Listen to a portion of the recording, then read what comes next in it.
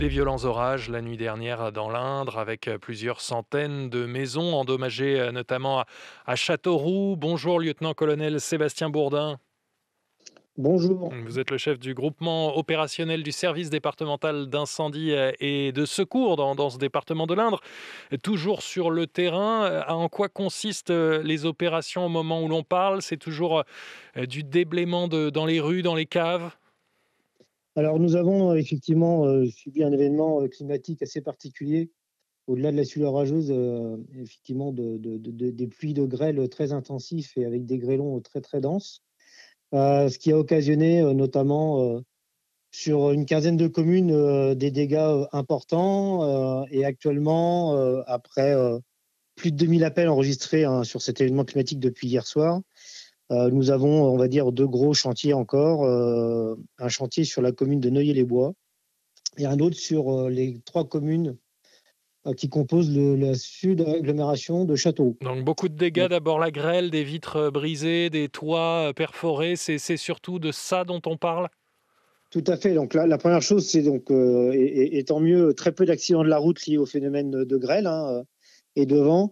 Par contre, des conditions climatiques très défavorables encore ce matin avec du vent et de la pluie qui occasionnent en fait des difficultés pour intervenir sur les toitures et protéger à minima les habitations, puisque ce sont essentiellement ces dégâts qui aujourd'hui occasionnent nos interventions nombreuses, avec une centaine de pompiers mobilisés encore ce matin et certainement encore pour une grosse partie de la journée et demain. Avec l'eau qui rentre dans les maisons avec ces trous formés par la grêle.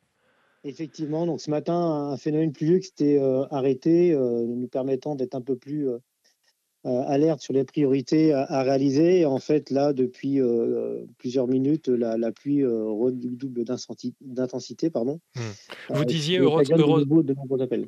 heureusement pas d'accident de la route. La circulation, elle est rétablie, partout, en ce moment? On peut, circuler en voiture dans le département de l'Indre? Il n'y a pas de route coupée par des arbres ou autre?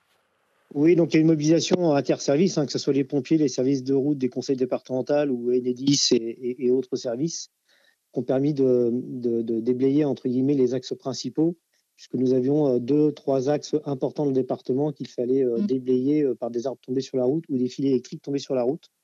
Donc, ce qui a permis de libérer le flux des véhicules pour notamment les domiciles travail de ce matin. Fil électrique tombé sur la route, ça veut dire qu'il y a des pannes de courant encore, vous avez pu établir, le nombre de foyers concernés? Alors, le nombre, pas exactement, mais en fait, ce sont des petits réseaux qui sont tombés.